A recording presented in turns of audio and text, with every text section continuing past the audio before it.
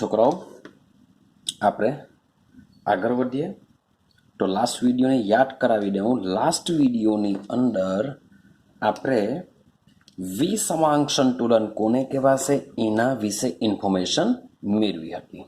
I hope so કે એ તમારું clear થઈ ગયું હશે.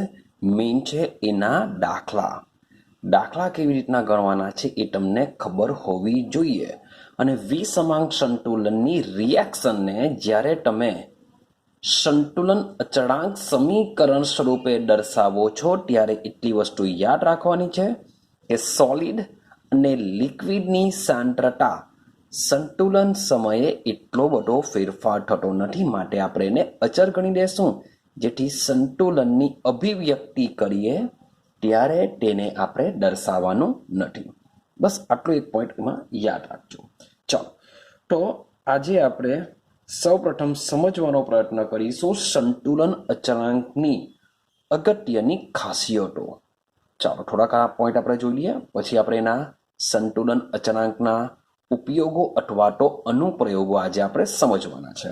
ચાલો, તો સૌથી પહેલા સમજીએ સંતુલન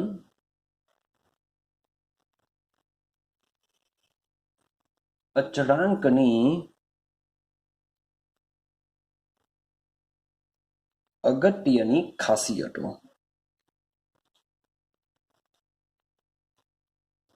ચાલો, તો પોઈન્ટ બાય પોઈન્ટ આપણે સમજતા જઈએ. થોડુંક થિયરિટિકલ છે, થોડુંક સમજવાનું પણ છે.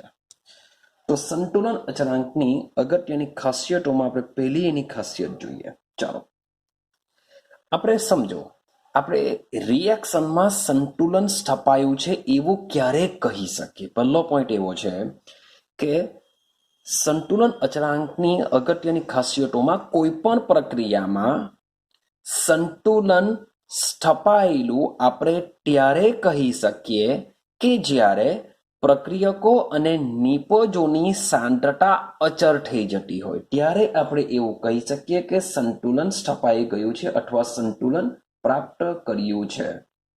તો સેમ વસ્તુ આપણે લખી શકીએ કે સંતુલન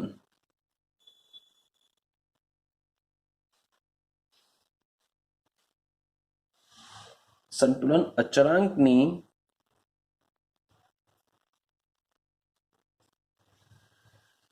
અભિવ્યક્તિ ત્યારે જ લાગુ પાડી શકાય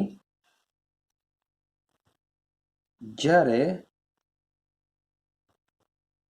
પ્રક્રિયકો અને નિપજોની સાંદ્રતા અચળ થાય. ચલો, અને એક રિએક્શન દ્વારા સમજવાનો પ્રયત્ન કરીએ. માન લો કે મારી પાસે કોમન રિએક્શન લઈ લઉં કે મારી પાસે A છે પ્લસ B છે ઇક્વિલિબ્રિયમ C છે. માની લેવું કે આ જે રિએક્શન છે એ રિએક્શનમાં સંતુલન સ્થપાયું નથી. તો જો સંતુલન સ્થપાયું ન હોય એટલે કે પ્રક્રિયકો અને નિપજોની સાંદ્રતા અચળ થઈ નથી, તો આ પ્રક્રિયા માટે આપણે સંતુલન અચળાંક કેસી દર્શાવી શકતા નથી. આ એવું કહેવા માંગે છે કે સંતુલન અચળાંકની અભિવ્યક્તિને આપણે ત્યારે જ લાગુ પાડી શકીએ કે જ્યારે પ્રક્રિયકો અને નિપજોની સાંદ્રતા કેવી થઈ જતી હોય? અચળ થઈ જતી હોય. જો અચળ ન થઈ હોય એટલે કે સંતુલન સ્થપાયું ન હોય ત્યાં સુધી આપણે કેસીને આપણે જે લખીએ છીએ નિપજની સાંદ્રતાનો ગુણાકાર છેદમાં પ્રક્રિયકની સાંદ્રતાનો ગુણાકાર વગેરે આપણે લાગુ પાડી શકતા નથી. આ વસ્તુ સંતુલનની અભિવ્યક્તિને ત્યારે જ લાગુ પાડી શકાય જ્યારે પ્રક્રિયકો અને નિપજોની સાંદ્રતા કેવી થઈ ગઈ હોય? અચળ થઈ ગઈ હોય. આઈડિયા આવે છે? ચાલો, સેકન્ડ પોઈન્ટ સમજીએ. સેકન્ડ પોઈન્ટ શું કહેવા માંગે છે? ભાઈ, સંતુલન અચળાંક વિશે સમજવાનું છે આપણે. હવે સંતુલન અચળાંકનું જે મૂલ્ય છે, શબ્દ લખીએ આપણે સંતુલન અચળાંકનું મૂલ્ય શબ્દ લખું છું પ્રક્રિયકો અને નિપજોની પ્રારંભિક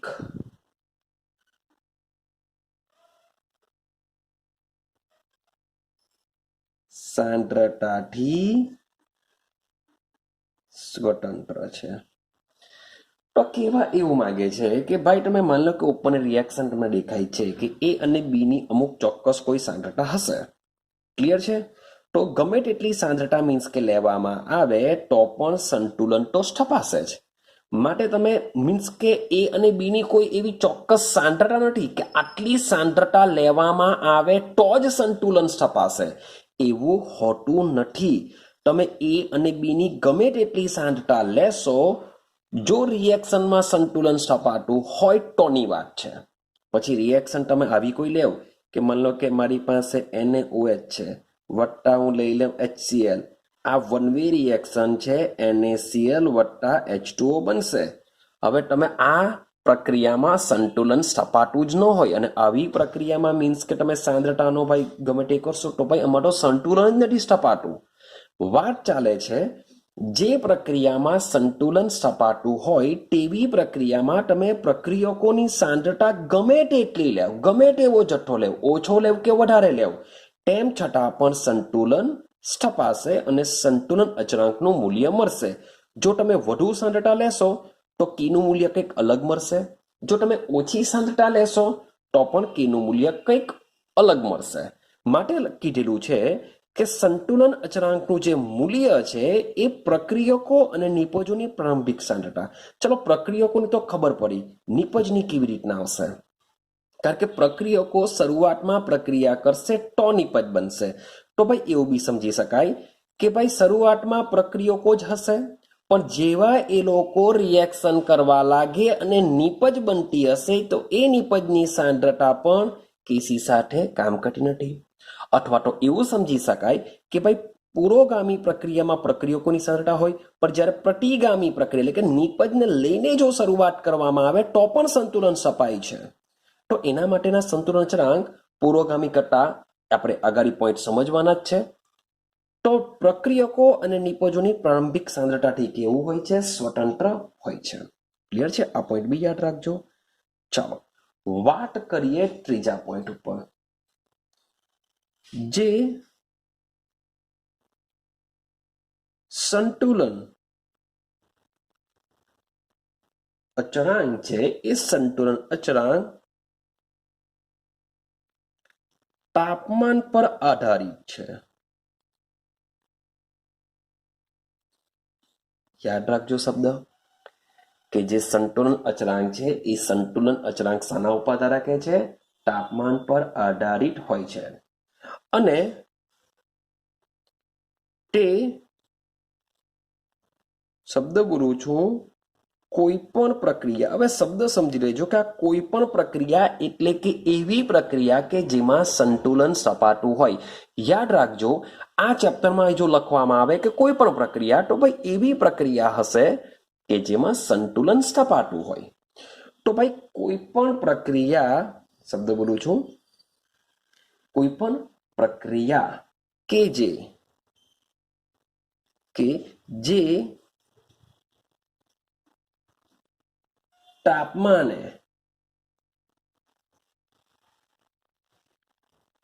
સંતુલિત સમીકરણ દ્વારા રજૂ કરવામાં આવે તે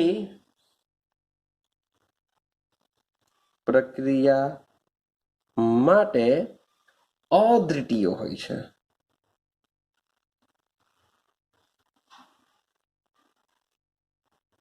ચાલો આ શું કહેવા માંગે છે આ સેન્ટેન્સ એને આપણે સમજો. સૌથી પેલું સેન્ટેન્સ લખેલું છે કે જે સંતુલન અચળાંક છે એ શાના ઉપર આધાર રાખે છે? ભાઈ તાપમાન ઉપર આધાર રાખે છે. અને તે કોઈ પણ પ્રક્રિયા કે જે તાપમાને સંતુલિત સમીકરણ દ્વારા રજૂ કરવામાં આવે તે પ્રક્રિયા માટે અદ્વિતીય. આ જે શબ્દ લખવામાં આવે છે અદ્વિતીય હોય એ કોના માટે લખવામાં આવે છે? તાપમાન માટે. સમજીએ. માન લો કે તમને જ્યારે અગાડી મેં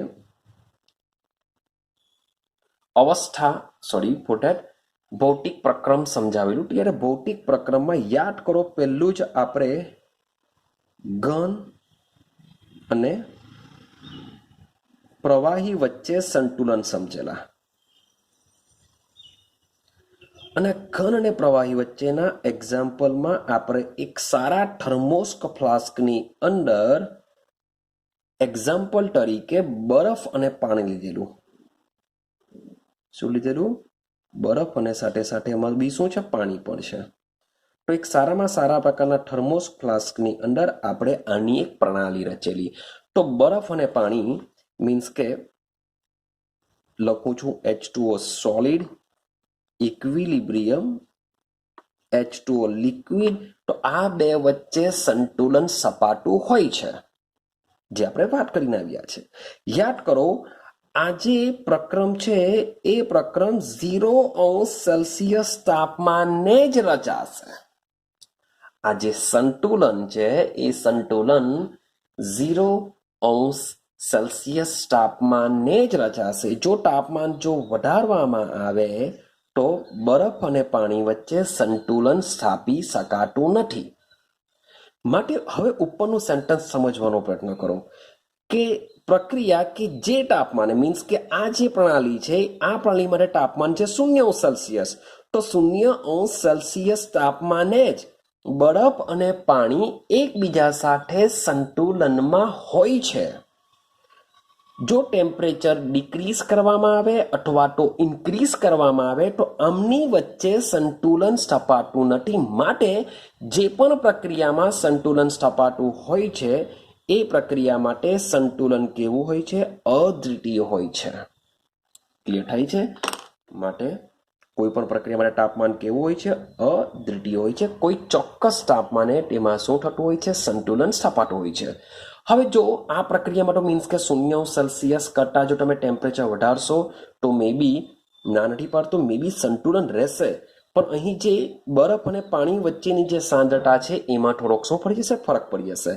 માન લો કે ટેમ્પરેચર તમે 1°C જેવું વધારી દો તો મે બી સંતુલન સ્થાપી શકાશે, પરંતુ આ કન્ડિશનમાં તમને પાણીનો જથ્થો વધારે જોવા મળશે, જ્યારે બરફનો જથ્થો ખૂબ જ ઘટી જશે. હવે તમે 5°C કરી દેવો તો ભાઈ ટોટલી બરફ શું થઈ જશે? પીગળી જ જશે.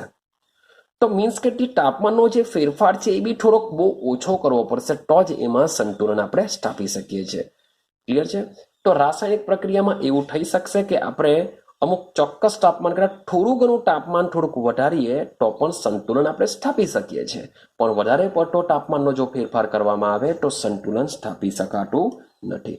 માટે કોઈ પણ પ્રક્રિયા માટે જે તાપમાન હોય છે એ કેવું હોય છે? અદ્વિતીય હોય છે. ક્લિયર થાય છે? ત્રીજો પોઈન્ટ. ચોથો પોઈન્ટ ઇઝી છે. આપણે અગાડી વાત કરીને આવ્યા છીએ, સાબિત કરીને આવ્યા છે આપણે કે પ્રતિગામી પ્રક્રિયાનો સંતુલન અચળાંક. પ્રતિગામી પ્રક્રિયાનો સંતુલન અચળાંક પુરોગામી પ્રક્રિયાના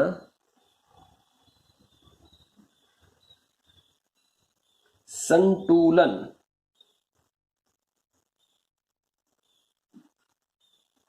અચળાંક જેટલો જ પણ કેવો હોય છે?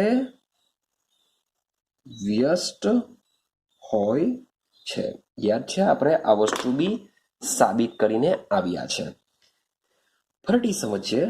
માની લો કે મારી પાસે છે H2 વત્તા I2, આમની વચ્ચે સંતુલન તપાસે 2HI. તો H2 માંથી I2 બને છે, એને આપણે પુરોગામી H2 અને I2 પ્રક્રિયા કરીને HI બને છે. આ પ્રક્રિયાને શું કહેશું? આપણે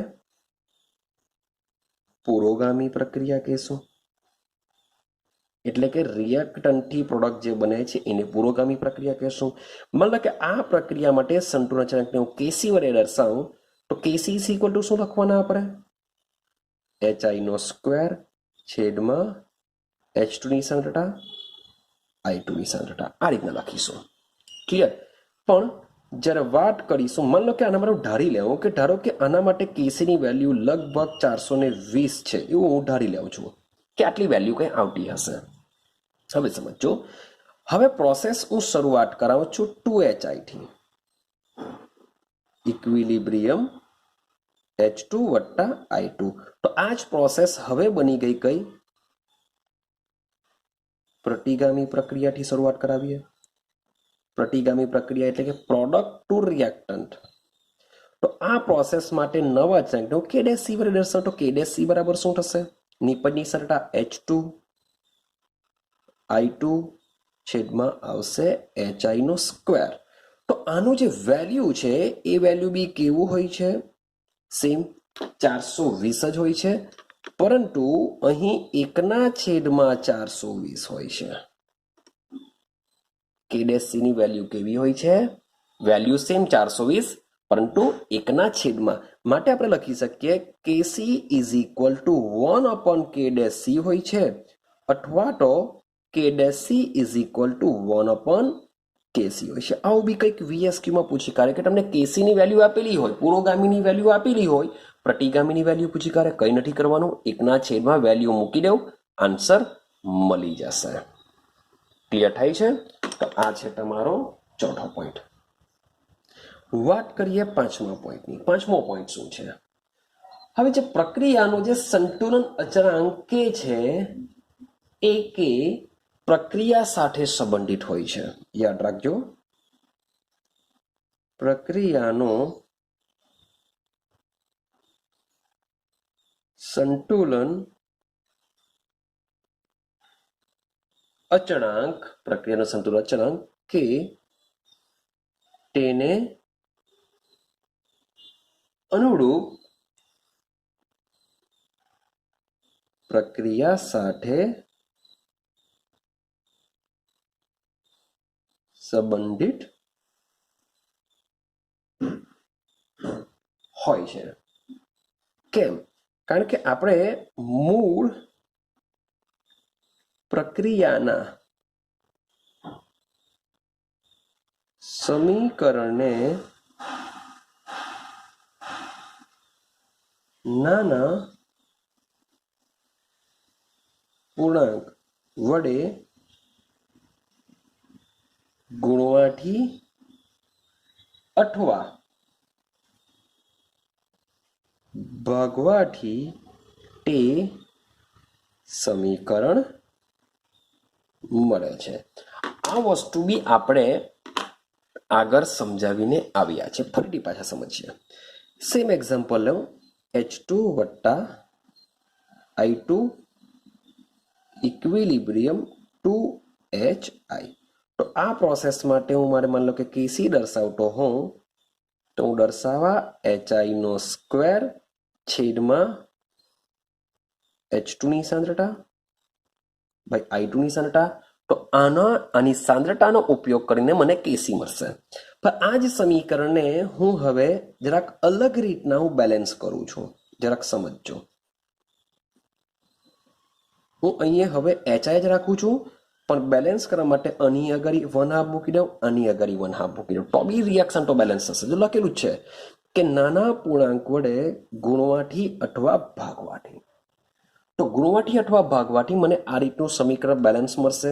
તો આના માટે જો હું KC દર્શાવવાનો હોઉં તો શું દર્શાવાશે? HI છેદમાં H2 મારે 1/2 દર્શાવવું પડે, I2 મારે શું કરવું પડશે? 1/2 દર્શાવવું પડશે. તો આ બંનેની જે વેલ્યુ તો તમે મૂકશો તો બંનેની વેલ્યુ સેમ આવવાની નથી. એટલે કે તમને જે સંતુલન અચળાંક સેમ રિએક્શનને જો તમે અલગ અલગ રીતે જો બેલેન્સ કરશો તો KCની વેલ્યુ તમને અલગ અલગ મળશે. માટે લખેલું છે કે પ્રક્રિયાનો જે સંતુલન અચળાંક K છે તેને અનુરૂપ પ્રક્રિયા સાથે સંબંધિત છે. તમે એને કઈ રીતના બેલેન્સ કરો છો એ ઇમ્પોર્ટન્ટ છે, જેને લીધે તમારો KCની વેલ્યુ પણ શું થતી હોય છે? બદલાતી હોય છે. ક્લિયર થાય છે? તો અહીં જે મેં 5 પોઈન્ટ દર્શાવ્યા છે એ 5 પોઈન્ટ શું છે? તમારા સંતુલન અચળાંકની અગત્યની લાક્ષણિકતાઓ છે. ચાલો બીજું આપણે શું સમજવાનું છે, હવે ટોપિક આપણો ચેન્જ કરીએ છીએ. હવે આપણે સમજીએ સંતુલન અચળાંકના તમે બોલી શકો અનુપ્રયોગો અથવા તો ઉપયોગો કહી શકો. તો શું છે અનુપ્રયોગો અથવા ઉપયોગો? તો આપણે સમજવાના છે 3 પોઈન્ટ. આપણે 3 પોઈન્ટ સમજવાના છે, જેમાંથી એકચ્યુઅલી જે ત્રીજો પોઈન્ટ છે, ત્રીજો પોઈન્ટ તો ઓલરેડી મેં તમને સમજાવી જ દીધો છે, પણ તમને આઈડિયા નહીં હશે. તેમ છતાં બી આપણે સમજીશું ત્યારે તમને આઈડિયા આવશે કે હા તો ભાઈ આપણે સમજીને આવેલા છે. ને ત્રીજો પોઈન્ટ કામનો બી નથી, કારણ કે એ પોઈન્ટ તમને દાખલા ગણવા માટે કામ લાગતું હોય છે. દાખલા ગણવા માટે કામ લાગતું હોય છે. ને ઓલરેડી આપણે જે 2 દાખલા ગણેલા છે કે તમને પ્રારંભિક સાંદ્રતા આપી દે અને સંતુલન સમયે સાંદ્રતા પૂછી શકે છે. તો એ દાખલાને કેવી રીતના ગણવાનું છે, સ્ટેપ બાય સ્ટેપ એના સોપાનો આપેલા છે. તો એ સંતુલન અચળાંકનો ઉપયોગ કરીને આપણે શોધી શકીએ છીએ. યાદ કરો, બંને દાખલાની અંદર તમને સંતુલન અચળાંક આપી દીધો હતો અને સાથે સાથે શરૂઆતની સાંદ્રતા આપી દીધી હતી. તો તેનો ઉપયોગ કરીને આપણે સંતુલન સમયે સાંદ્રતા ગણી શકીએ છીએ. ક્લિયર છે? તો એ હું તમને પહેલો જ પોઈન્ટ કહી દઉં. એ આપણો પહેલો પોઈન્ટ શું છે કે સંતુલન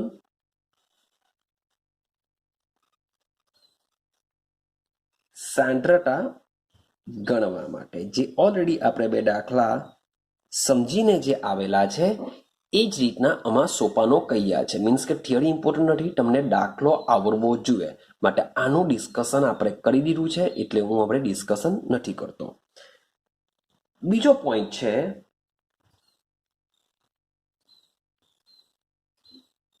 પ્રક્રિયાના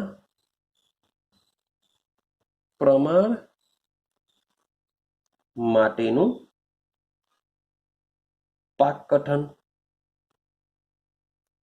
ચાલો, ઈઝી છે, કંઈ બહુ દિમાગ લગાવવાની જરૂર નથી, તો આપણે એને પછી જોઈએ. અને ત્રીજો પોઈન્ટ છે પ્રક્રિયાની દિશાનું પાક કથન.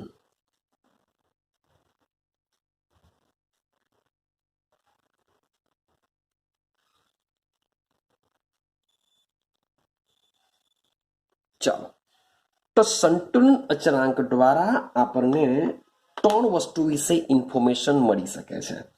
સંતુલન સાંદ્રતા ગણવા માટે, એટલે કે સંતુલન સ્થપાઈ ગયા બાદ સંતુલનમાં જે પ્રક્રિયકો હોય છે, જે નિપજો હોય છે, એની સાંદ્રતા ગણવા માટે સંતુલન અચળાંક ઉપયોગી છે. જે આપણે દાખલા ગણેલા છે કે જેમાં સંતુલન અચળાંકની વેલ્યુ આપી દીધી હતી, તેનો અને પ્રારંભિક સાંદ્રતાનો ઉપયોગ કરીને આપણે સંતુલન સમય, યાદ કરો એક્સની વેલ્યુ શોધતા ને એક્સની વેલ્યુ સંતુલન સાંદ્રતામાં મૂકી દેતા હતા, તો એ રીતના શોધી શકીએ છીએ. ચાલો, તો શરૂઆત કરીએ હવે આપણે પ્રક્રિયાના પ્રમાણ માટેનું પાક કથન. તો આપણે પહેલો પોઈન્ટ સમજીએ કે સંતુલન અચળાંક દ્વારા, શબ્દ બોલું છું, સંતુલન અચળાંક દ્વારા પ્રક્રિયાના પ્રમાણ કેવી રીતના નક્કી કરી શકાય, તો એને આપણે સમજીએ. તો લખીએ છીએ આપણે પ્રક્રિયાના પ્રમાણ માટેનું પાક કથન. ચાલો, તો આને આપણે સમજીએ.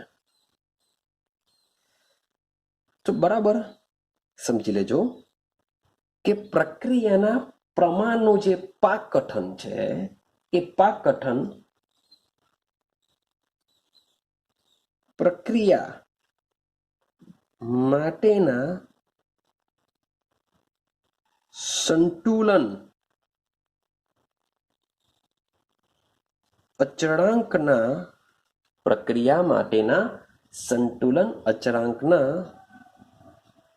सांख्यिकीय मूल्य परथी प्रक्रियाનું પ્રમાણ કહી શકાય. હવે એક શબ્દ તમને કીધું, આ પ્રમાણનો મતલબ શું થાય? યાર પ્રમાણનો મતલબ એવો થશે કે ભાઈ તમને નીપજ વધુ મળી શકે, નીપજ ઓછી મળી શકે, કે પ્રક્રિયક અને નીપજનું પ્રમાણ બેલેન્સિંગ હશે. યાદ કરો ચેપ્ટરની શરૂઆતમાં સંતુલન પ્રક્રિયાના 3 પ્રકાર પાડેલા, કે એવી પ્રક્રિયા કે જેમાં સંતુલન તો સ્થપાય જ પરંતુ નીપજનો જથ્થો વધારે હોય, એવી પ્રક્રિયા કે જેમાં નીપજનો જથ્થો ઓછો હોય અને પ્રક્રિયકનો જથ્થો ઘણો બધો વધારે એવો ને એવો પડેલો હોય છે, અને ત્રીજા પ્રકારની પ્રક્રિયા જોઈલી કે જેમાં પ્રક્રિયક અને નીપજનું પ્રમાણ તેનો ગુણોત્તર કરી શકાય એવી રીતના હોય છે. એટલે કે 60-40નો રેશિયો કે 50-50નો રેશિયો, એવી બધી મેં તમને વાત કરી હતી. તો સેમ વસ્તુ કે એ જે પ્રમાણ છે કે નીપજનું પ્રમાણ સંતુલનમાં કેવું હશે, વધારે હશે કે ઓછું હશે? ભાઈ પ્રક્રિયકનું પ્રમાણ વધારે હશે કે બંનેનું પ્રમાણ થોડું થોડું ઇક્વલ જેવું હશે? તો એ બધા વસ્તુ પ્રક્રિયાના સંતુલન અચળાંકનું સાંખ્યકીય મૂલ્ય એટલે કે સંખ્યા જે દર્શાવશે, આપણે જે ગુલબર્ગ અને વાગ સમીકરણનો ઉપયોગ કરીને જે રીતના કેસી અને કેપી શોધી કાઢીએ છીએ, તો એનું જે મૂલ્ય, જે સંખ્યાવાળું મૂલ્ય આવે છે, તો એ મૂલ્ય પરથી પ્રક્રિયાનું શું કરી શકીએ છીએ? પ્રમાણ જાણી શકીએ છીએ. આઈડિયા આવે છે? તો એક વસ્તુ સમજી લેજો કે કેસી અને કેપી પરથી શબ્દ લખું છું, કેસી અને કેપી પરથી આપણે શું જાણી શકીએ છીએ? પ્રક્રિયાનું પ્રમાણ. પણ એક બીજી વસ્તુ બી દિમાગમાં ફિટ કરી દેવું કે આ બે દ્વારા પ્રક્રિયામાં કઈ રીતે અને કેટલા વેગથી સંતુલન સ્થપાયું છે તે કહી ન શકાય. દિમાગમાં ફિટ કરજો કે ભાઈ તમે કેસી અને કેપીના મૂલ્ય પરથી પ્રક્રિયામાં સંતુલન કેવી રીતના સ્થપાયું છે અને સાથે સાથે કેટલા વેગથી પ્રક્રિયા થતી હોય છે, સંતુલન સ્થપાયું હોય છે, આ બધી ઇન્ફોર્મેશન કેસી અને કેપીના મૂલ્ય પરથી આપણે જાણી શકાતી નથી. હા, કેસી અને કેપીના મૂલ્ય પરથી આપણે એટલું જાણી શકીએ છીએ કે પ્રક્રિયાનું પ્રમાણ જાણી શકીએ, નીપજનો જથ્થો વધારે છે કે પ્રક્રિયકનો જથ્થો વધારે છે કે બંનેનો જથ્થો ભાઈ એકબીજા સાથે ગુણોત્તરમાં લઈ શકાય એટલો છે, એ આપણે જાણી શકીએ છીએ. તો સમજવાનો પ્રયત્ન કરીએ. સમજો, કેસી અને કેપી પરથી જાણી શકીએ છીએ આપણે. તો આગળ વધીએ આપણે. કેવી રીતના જાણી શકાશે, શું યાદ રાખવાનું છે, સમજો. તો ભાઈ આપણે લખીશું કેસી અથવા તો લખીશું કેપી. તો ગુલબર્ગ અને વાગના નિયમ પ્રમાણે શું લખીએ છીએ આપણે? નીપજની સાંદ્રતાનો ગુણાકાર લઈએ છીએ અને છેદમાં શું લઈએ છીએ? પ્રક્રિયકની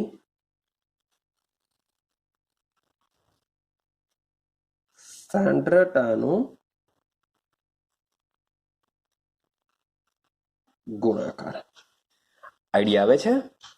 તો નીપજની સાંદ્રતાનો ગુણાકાર છેદમાં પ્રક્રિયકની સાંદ્રતાનો ગુણાકાર. આનો ઉપયોગ કરીને આપણે કેસી અથવા કે ભાઈ કેપીમાં આંશિક દબાણ આવશે, પણ સિસ્ટમ સેમ છે. આ જ રીતના આપણે શોધીએ છીએ નીપજના છેદમાં પ્રક્રિયક.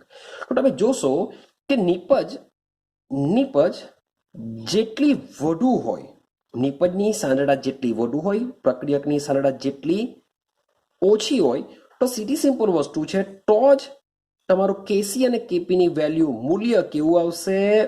વધુ આવે. ખબર પડે છે કઈ? સીધો સિમ્પલ કેલ્ક્યુલેશન છે કે નીપજના છેદમાં પ્રક્રિયક, જો કેસી અને કેપીની વેલ્યુ વધુ આવે એનો મતલબ એમ થાય કે નીપજની સાંદ્રતા વધુ હશે એવું કહી શકાય. કે કેસી અને કેપીની કિંમત ઊંચી આવે એટલે કે વધુ આવે, તો એનો મતલબ એમ થાય કે નીપજની સાંદ્રતા વધારે હશે, એટલે કે નીપજનું પ્રમાણ કેવું હશે? ભાઈ વધુ હશે. એવી પ્રક્રિયા કે જેમાં કેસી અથવા કેપીનું મૂલ્ય જો વધુ હોય તો એવી પ્રક્રિયામાં નિપજનું પ્રમાણ વધુ હશે, એટલે કે પ્રક્રિયા ઘણો બધો પ્રક્રિયક વપરાઈ ગયો હશે અને નિપજ વધુ બની હશે. આપણે એવું કહી શકીએ છીએ. તો ભાઈ મોટે ભાગે આ જે રિએક્શન છે, રિએક્શનમાં એક આંકડો યાદ રાખવાનો છે કે માની લો કે ખાલી કેસીની વાત કરું તો કેસીનું મૂલ્ય 10³ કરતા જો ઊંચું હોય, એટલે કે કેસીની વેલ્યુ 1000 કરતા જો વધુ આપેલું હોય તો આવી સંતુલન પ્રક્રિયાઓમાં ભાઈ પ્રક્રિયકો કરતા, શબ્દ છે પ્રક્રિયકો કરતા નિપજો કેવી હોય છે? વધારે મળતી હોય છે. એટલે કે પ્રક્રિયા નિપજ તરફ વધુ થતી હોય છે. પ્રક્રિયા પૂર્ણ થવાને આરે હોય છે એવું બી કહી શકાય. શું કહી શકાય? કે પ્રક્રિયા પૂર્ણ થવા તરફ હશે એવું લખીએ. પૂર્ણ થવા તરફ આગળ વધતી હોય છે. એટલે કે સમજો કે રિએક્શનમાં 10% જેવો પ્રક્રિયક, આ તો ખાલી એક્ઝામ્પલ આપું છું, 10% જેવો પ્રક્રિયક હશે, 90% જેવી શું બનતી હશે? નિપજ બનતી હશે. એટલે કે પ્રક્રિયામાં નિપજનો જથ્થો વધારે હશે. ક્યારે વધારે હશે? જો કેસી વેલ્યુ 10³ કરતા ઘણી બધી વધારે હોય તો.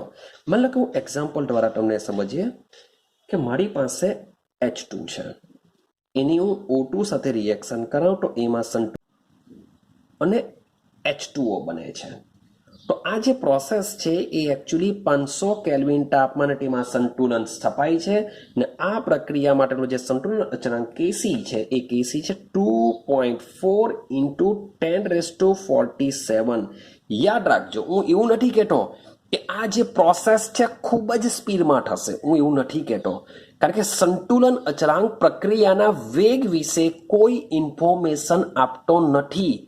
સંતુલન અચળાંકનું જે મૂલ્ય છે, સંખ્યકીય મૂલ્ય છે, એ માત્ર ને માત્ર શું કહેશે?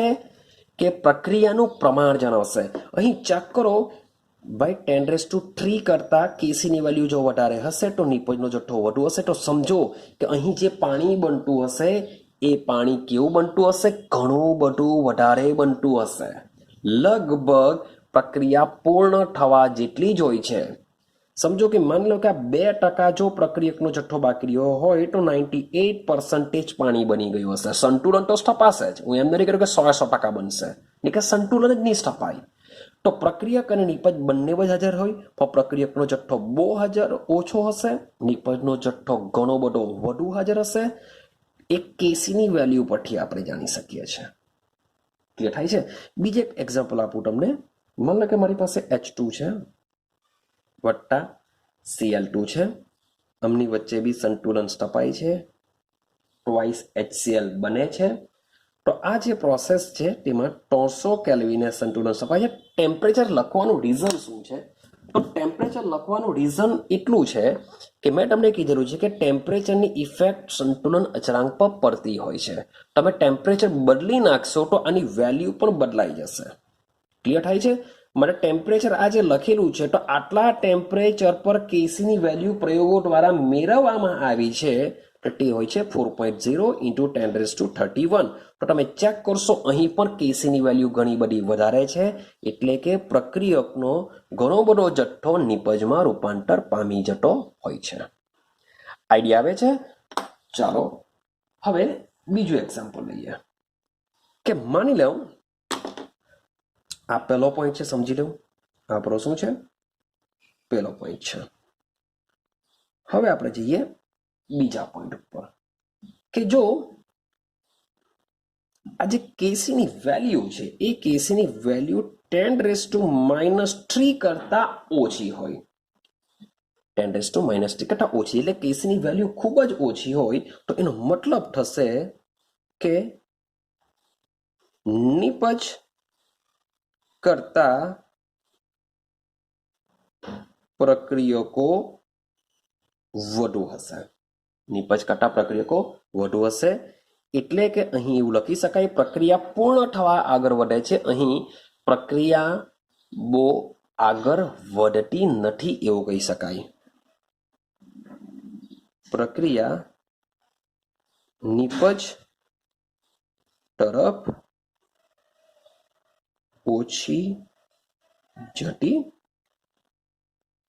હોય છે. ક્લિયર થાય છે? તો એનો બી એક્ઝામ્પલ દ્વારા આપણે સમજીએ કે શું કહેવા માંગે છે કેસીની વેલ્યુ ઓછી હોય તો. ચાલો સેમ વસ્તુ માની લઈએ કે આપણે H2 અને O2 ભેગા થઈને H2 બનાવેલા, પણ આ જ રિએક્શનમાં માની લો કે H2O નું આપણે વિઘટન કરીએ. H2O નું વિઘટન થશે H2 વત્તા O2. તો આ પ્રોસેસમાં બી શું સ્થપાય છે? સંતુલન સ્થપાય છે. રિએક્શન થાય છે 500 કેલ્વિન તાપમાને જ. પણ આના માટેનો જે કેસી હોય છે એ કેસીની વેલ્યુ હોય છે 4.1 into 10⁻⁻48. જોજો -48. તો કેસીની વેલ્યુ તમે ચેક કરશો બહુ ઓછી છે. માટે અહીં તમે જોઈ શકો છો કે મોટે ભાગે H2O માંથી શું બની જશે? એની વરાળ બની જશે છેલ્લે, કે આટલા ટેમ્પરેચર પર એની વરાળ બનશે, પરંતુ H2 અને O2 બહુ ઓછા પ્રમાણમાં બન્યો હશે. તમને આઈડિયા આવશે, ઇમેજિનેશન કરી શકો છો કે આટલા ટેમ્પરેચર પર તો પાણીની વરાળ બની જશે. માટે પાણીનો જે જથ્થો છે એ ખૂબ જ ઓછા પ્રમાણમાં વિઘટન પામીને H2 અને O2 બનાવતો હોય છે. તો આ તમારું પહેલું એક્ઝામ્પલ. સેમ બીજું એક્ઝામ્પલ તમે જોઈ શકો છો N2 અને O2 વચ્ચે રિએક્શન. N2 વત્તા O2 ગેસિયસ અવસ્થામાં જ છે. તેમાં સંતુલન તપાસશે. 2 મોલ નાઇટ્રિક ઓક્સાઇડ બનશે, આ બી ગેસિયસ અવસ્થામાં.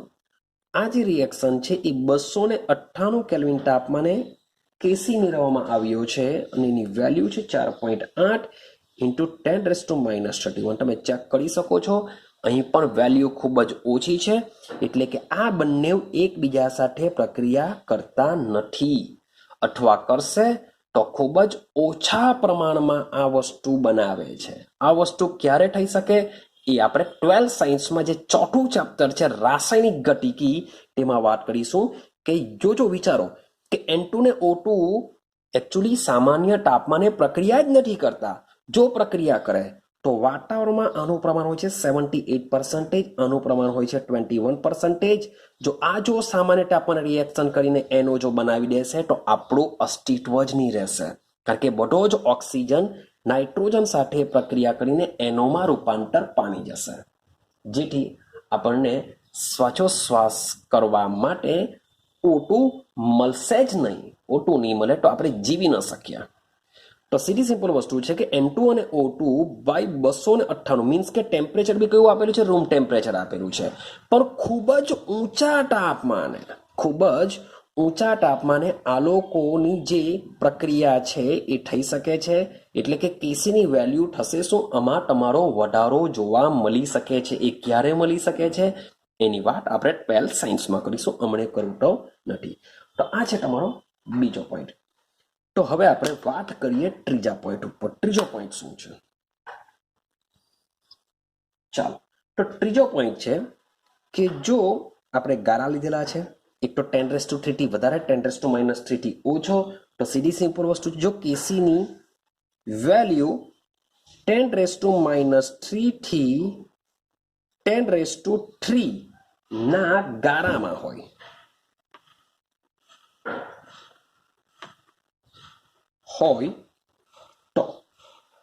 તો આ કન્ડિશનની અંદર પ્રક્રિયકો, શબ્દ બોલું છું, પ્રક્રિયકો અને નિપજનો જથ્થો ગણના પાત્ર હોય છે.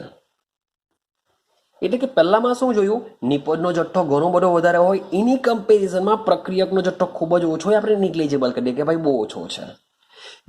બીજા પ્રકારમાં જોયું કે યાર પ્રક્રિયકનો જથ્થો ઘણો બધો વધારે છે, નિપજ ખૂબ જ ઓછી બને છે, તેને નિગ્લિજેબલ કરી શકીએ.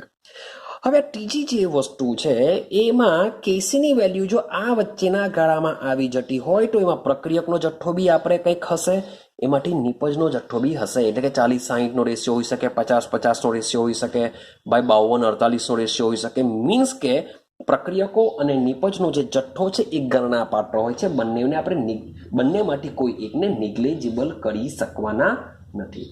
ક્લિયર છે? તો એનું એક્ઝામ્પલ સમજીએ. માની લો કે તમારી પાસે છે H2 I2 સાથે રિએક્શન કરે છે, સંતુલન સ્થપાઈને 2HI બને છે. હવે આ જે પ્રક્રિયા છે એ પ્રક્રિયા 700 કેલ્વિન તાપમાને થાય છે. પ્રક્રિયા 700 કેલ્વિન તાપમાને થાય છે અને આ પ્રક્રિયા માટે જે કેસીની વેલ્યુ હોય છે એ હોય છે 57. તમે ચેક કરશો એ વેલ્યુ આ ગાળામાં આવી જશે. હવે તમે કહેશો -3 +3, અરે આ તો ગાળો આપેલો છે -3 થી 10⁻³ તો એમાં આ વેલ્યુ આવી જતી હોય છે. માટે અહીં પ્રક્રિયકનો જથ્થો બી તમને જોવા મળશે, સાથે સાથે નિપજનો જથ્થો પણ જોવા મળશે. સેમ એક બીજું એક્ઝામ્પલ લઈ લઈએ, લાસ્ટ એક્ઝામ્પલ લઈએ કે મારી પાસે N2O4 છે. મારી પાસે શું છે? N2O4 છે. તો N2O4 નું જ્યારે વિઘટન કરવામાં આવે છે ત્યારે 2 મોલ બનતો હોય છે NO2. 2 ને 2 4 ટ્વાઇસ n, તો 2 મોલ NO2 બનતો હોય છે. હવે આ જે પ્રક્રિયા છે એ પ્રક્રિયા 25°C અથવા તો 298 કેલ્વિન, જે કેસીની વેલ્યુ હોય છે એ કેસીની વેલ્યુ 4.64 × 10⁻³ હોય છે, જે પણ આ ગાળામાં આવી જતી હોય છે. અહીં N2O4 અને NO2 વચ્ચે બી સંતુલન સ્થપાય તો બંનેનો જથ્થો તમે ગણના પાત્ર જેટલો હોય છે. ક્લિયર થાય છે? તો એક વસ્તુ એક આપણે જો ગ્રાફ દોરીએ કે માની લો કે 10⁻³ થી 10⁻³ નો ગાળો છે કે જેમાં પ્રક્રિયકો અને નિપજો બંને ગણના પાત્ર હશે. એવું લખી શકીએ આપણે. શું હશે? ગણના પાત્ર. હવે જેમ જેમ આ બાજુ તરફ જઈએ, 10⁻³ થી વધુ થઈએ, આ બાજુ વધારે તરફ જઈએ તો શું થશે કે જે પ્રક્રિયા છે પ્રક્રિયા લગભગ પૂર્ણ થવા પર હોય. પ્રક્રિયા લગભગ પૂર્ણ થવા પર હશે. ને આ બાજુ જો જઈએ તો શું થશે કે પ્રક્રિયા ભાગ્યે જ અથવા તો ખૂબ જ ઓછા પ્રમાણમાં આગળ વધેલી હોય છે. તો ખાલી આ એક યાદ રાખવા, જેના કરતા ઓછું હોય તો પ્રક્રિયકનો જથ્થો વધારે હોય, આના કરતા વધારે હોય તો નિપજનો જથ્થો વધારે હોય છે. એટલે કે સંતુલન અચળાંકનો ઉપયોગ કરીને આપણે પ્રક્રિયાનું પ્રમાણ જાણી શકીએ છીએ. ક્લિયર થયું? ચાલો હવે આપણે સમજવાનો કરીએ. સંતુલન અચળાંકનો આપણો લાસ્ટ પોઈન્ટ છે અને એ છે પ્રક્રિયાની દિશાનું પાક કથન. શબ્દ છે પ્રક્રિયાની દિશાનું પાક કથન. ચાલો, તો પ્રક્રિયાની દિશાનું પાક કથન એટલે કે પ્રક્રિયાની દિશા, પ્રક્રિયા કઈ દિશામાં થઈ રહી છે? પુરોગામી દિશામાં થઈ રહી છે કે પ્રતિગામી દિશામાં થઈ રહી છે, એનું પાક કથન પણ સંતુલન અચળાંકની મૂલ્ય પરથી આપણે કરી શકીએ છીએ. પણ એના માટે આપણે એક વસ્તુનો ઉપયોગ કરવો પડશે. ચાલો તો સમજો. સૌથી પહેલું સેન્ટેન્સ હું બોલી જાઉં છું, લખતો નથી, કે પ્રક્રિયાનું દિશાનું પાક કથન એટલે કે પ્રક્રિયા કઈ દિશામાં થઈ રહી છે? પુરોગામી દિશામાં થઈ રહી છે કે પ્રતિગામી દિશામાં થઈ રહી છે, તેનું પાક કથન સંતુલન અચળાંકના મૂલ્ય પરથી થઈ શકે છે. પરંતુ આ માટે, આ કહેવા માટે આપણે ઉપયોગ કરીશું પ્રક્રિયા ભાગફળ, જેને આપણે QC વડે દર્શાવીશું અથવા QP વડે બી દર્શાવી શકાય. તો આ હેતુ માટે આપણે બીજી એક વસ્તુ છે પ્રક્રિયા ભાગફળ Q નો ઉપયોગ કરીશું. આપણે Q ગણવો પડશે, Q ગણીશું. એ કેવી રીતના ગણીશું એની બી વાત કરું. તો સૌથી પહેલું સેન્ટેન્સ સમજો કે તમારે જો પ્રક્રિયાની દિશાનું પાક કથન કરવું હોય તો તમારી પાસે વેલ્યુ હોવી જોઈએ પ્રક્રિયા ભાગફળ Q ની. હવે તમારી જો સાંદ્રતા ભાઈ મોલ પ્રતિ લીટરમાં હોય તો ક્યુ માટે આપણે ક્યુસી વડે દર્શાવીશું. ક્યુને આપણે ક્યુસી વડે. જો તમારી સાંદ્રતા આંશિક દબાણમાં હોય તો એના માટે આપણે ક્યુપી લખીએ છીએ. એના માટે શું લખીશું આપણે? ક્યુપી. તો પ્રક્રિયા ભાગ પર આપણે ક્યુસી અથવા ક્યુપી નો ઉપયોગ કરવો પડશે પ્રક્રિયાનું દિશાનું પાકગઠન કરવા માટે. હવે સવાલ એવો આવે કે ક્યુ કેવી રીતના ગણાવી શકે? ક્યુસી અથવા ક્યુપી વોટ એવર જે બી તમે કહો તે કઈ રીતના ગણી શકાય? તો સમજો, તો ક્યુને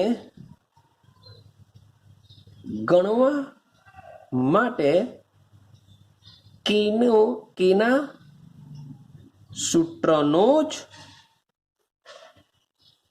ઉપયોગ કરવામાં આવે છે. શોર્ટ એન્ડ સિમ્પલ કે મારે જો ક્યુ ગણવો હોય તો કે, ભાઈ અહીંયા તમે સી મૂકશો તો સી, પી મૂકશો તો પી. એટલા માટે મેં ક્યુ ને કે લખેલો છે કે તમારે ક્યુને જો ગણવો હોય તો ક્યુને ગણવા માટે કે ગણવા માટે જે સૂત્રનો ઉપયોગ કરો, કે ગણવા માટે સૂત્રનો ઉપયોગ કરો, તે જ સૂત્રનો ઉપયોગ કરીને ક્યુ શોધી શકો. કેવી રીતના?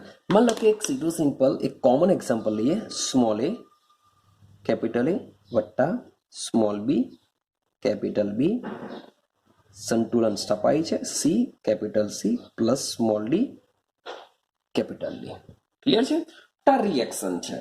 તો આ રિએક્શન માટે હું સૌથી પહેલા કેસી દર્શાવી દઉં. તો કેસી ઇઝ ઇક્વલ ટુ, આપણે કેસી શું કરીએ? કેપિટલ સી એના જે મોલ છે ઉપર મૂકી દઉં, કેપિટલ ડી એના મોલ છે ઉપર મૂકી દઉં, ભાગ્યા કેપિટલ એ ઉપર મૂકી દઉં એના મોલ, કેપિટલ બી એના મોલ ઉપર મૂકી દઉં. રેડી છે? સેમ કેસી આપણે આ રીતે દર્શાવ્યું. માન લો કે મારે ક્યુ દર્શાવવો છે, કેસી છે તો હું ક્યુસી લઈ લઉં. ચાલો, તો ક્યુસી દર્શાવો છે તો ક્યુસી ને પણ સેમ આ જ રીતના શોધી શકાય. જેમ આપણે કેસી શોધીએ તે જ પ્રમાણે શું શોધી શકીએ છીએ? આપણે ક્યુસી શોધીએ. તો આપણું દિમાગ એવું કામ કરે કે સર તો એવું થશે કે ક્યુસી ઇઝ ઇક્વલ ટુ તો કેસી આવશે. હા કે ના? જો બંનેને સેમ સિસ્ટમથી શોધવામાં આવતું હોય તો એનો મતલબ એવો થશે કે આ બંનેની વેલ્યુ સેમ આવશે. તો ભાઈ સેમ પણ આવી શકે, ક્યુસી ગ્રેટર ધેન કેસી પણ આવી શકે, અથવા ક્યુસી લેસ ધેન કેસી પણ આવી શકે. ભાઈ આ કેવી રીતના? આવું કેવી રીતના થશે? તો આપણે ક્યુ પર પાછા જઈએ. હવે બરાબર સમજો. આ સૂત્ર બંને સેમ છે તો બંનેની વેલ્યુ સેમ આવી જોઈએ તો હું આ બે કેવી રીતના લખી શકું છું? ક્લિયર છે? હવે બરાબર સમજો. આ કેસી આપણે ક્યારે શોધી શકીએ? બરાબર સમજો. કેસી આપણે ક્યારે શોધી શકીએ? તો કેસી આપણે ત્યારે જ શોધી શકીએ કે જ્યારે પ્રક્રિયામાં સંતુલન સ્થપાઈ ગયું હોય ત્યારે નિપજની સાંદ્રતાનો ગુણાકાર છેદમાં પ્રક્રિયકની સાંદ્રતાનો ગુણાકાર કરીને કેસી શોધી શકાય. ઉતરે છે દિમાગમાં? પાછું રિપીટેશન કરું. કેસી આપણને ત્યારે જ મળી શકે કે જ્યારે પ્રક્રિયામાં સંતુલન સ્થપાઈ ગયું હોય. સંતુલન સ્થપાઈ ગયા બાદ જ નિપજની સાંદ્રતા અને પ્રક્રિયકની સાંદ્રતાનો ઉપયોગ કરીને આપણે કેસી શોધી શકીએ. હવે વાત કરો ક્યુસી. ક્યુસી ક્યારે શોધાય? સૂત્ર સેમ છે. ક્યુસી સંતુલન સ્થપાઈ ગયા પહેલાના કે સંતુલન સ્થપાઈ ગયા બાદ તમે ગમે ત્યારે પ્રક્રિયાના કોઈ પણ સમયે ક્યુસી શોધી શકો છો. કંઈક આઈડિયા આવે છે? માની લેવું કે આ જે રિએક્શન છે 5 કલાકમાં સંતુલન સ્થપાય છે. સમજો 5 કલાકમાં. 5 કલાક બાદ તમે કેસીની વેલ્યુ શોધી શકો છો. માન લો કે મારે પ્રક્રિયાની શરૂઆત કરી, 1 કલાક બાદ મારે સાંદ્રતા હું જાણી શકું છું કે નિપજની કેટલી છે, પ્રક્રિયકની કેટલી છે એ જાણી શકાય છે. તો 1 કલાક બાદ તમને ક્યુસી મળી જશે.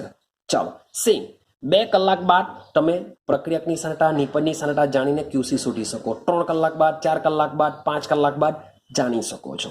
એનો મતલબ એમ થાય કે કેસી તો સંતુલન સ્થપાઈ ગયા બાદ મેળવીએ છે, જ્યારે ક્યુસી શું કરવામાં આવે છે, પ્રક્રિયા તમારી સંતુલન સ્થપાયું ન હોય તે પહેલા પણ તમે પ્રક્રિયકો અને નિપજોની સાંદ્રતા જો તમારી પાસે હોય તો એના પરથી તમે ક્યુસી શોધી શકો છો, અને ક્યુસીની વેલ્યુ મે બી આના જેટલી આવી બી શકે, એટલે કે સંતુલન સ્થપાઈ જવાની તૈયારીમાં હોય ત્યારે જો તમે ક્યુસી માપવાનો પ્રયત્ન કરો તો સંતુલન સ્થપાઈ ગયું હોય તો બંનેની વેલ્યુ સેમ આવી શકે.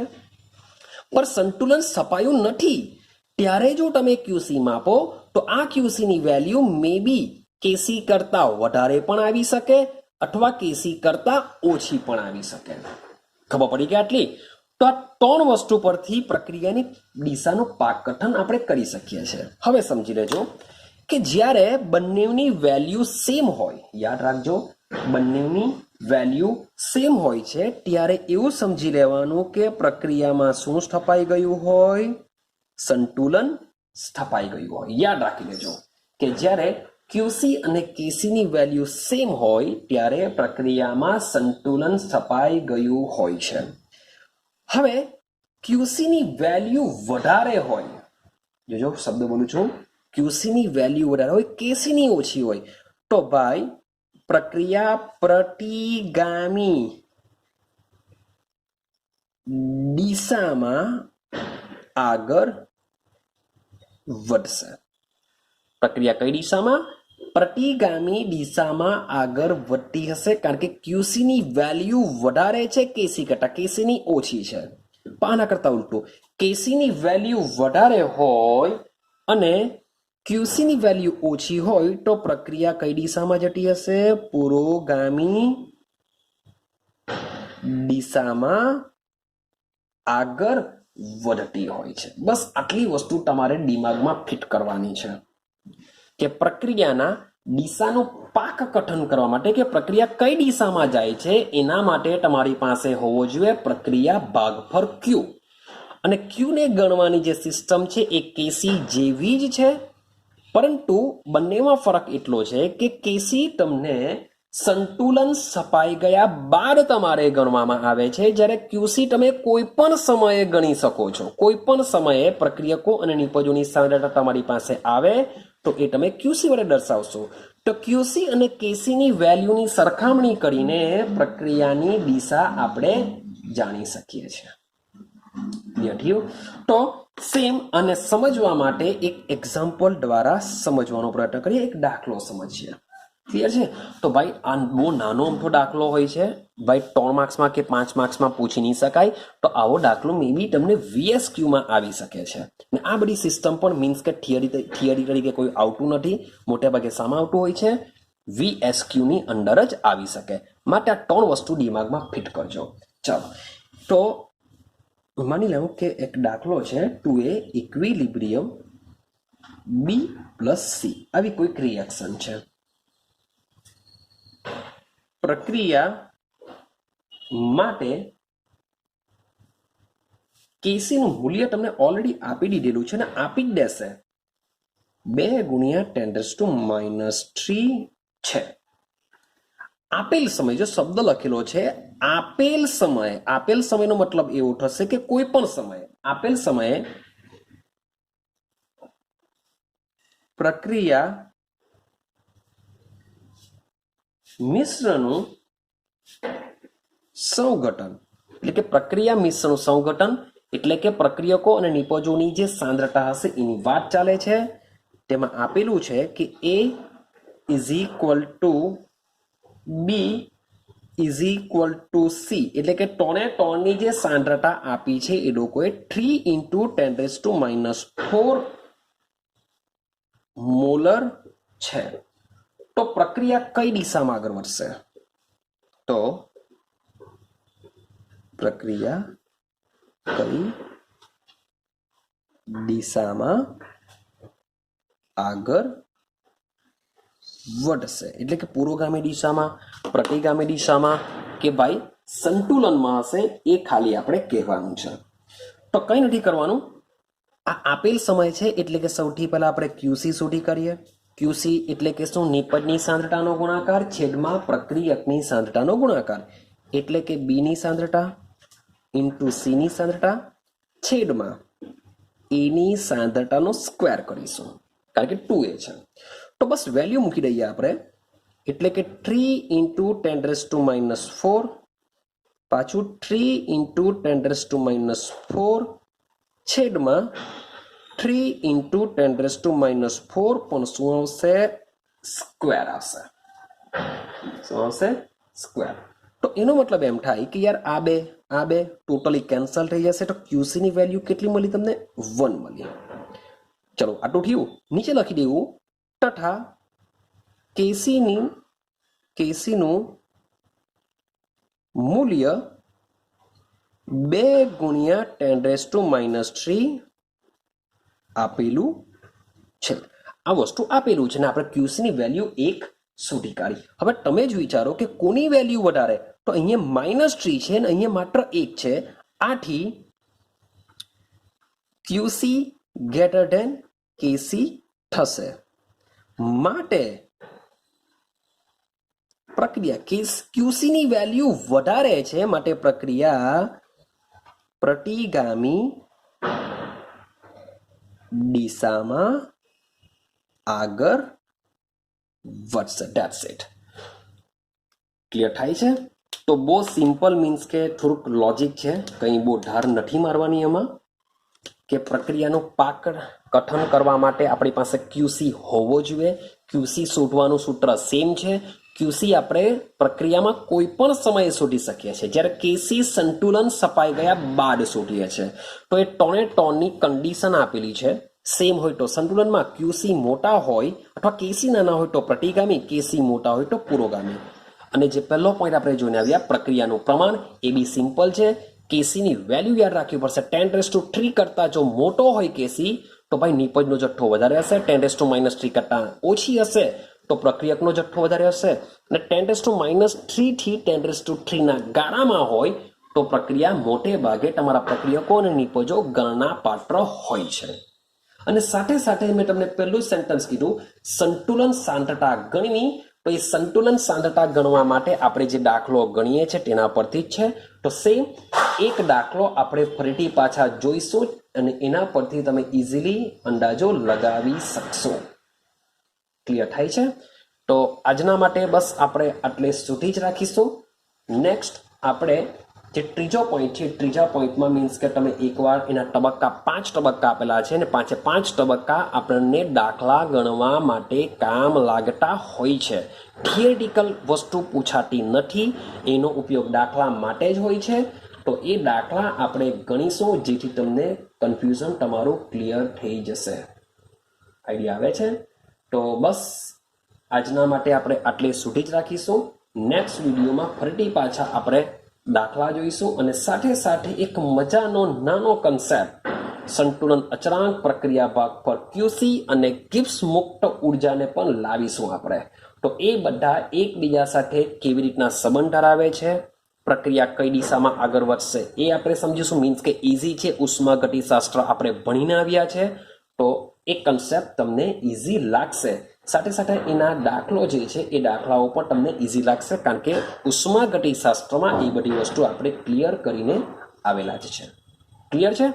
તો મળીશું હવે આપણે નેક્સ્ટ વિડીયોની અંદર. હજુ પણ સબસ્ક્રાઇબ નહીં કર્યું હોય તો સબસ્ક્રાઇબ તમે કરી શકો છો. સાથે સાથે તમારા ફ્રેન્ડ સર્કલમાં અને શેર કરી શકો છો. ક્લિયર છે? તો હજુ વિડીયો સારો લાગતો હોય, ભણવાનું ગમતું હોય તો કોમેન્ટ પણ તમે કરી શકો છો. તો મળીશું આપણે નેક્સ્ટ વિડીયોની અંદર.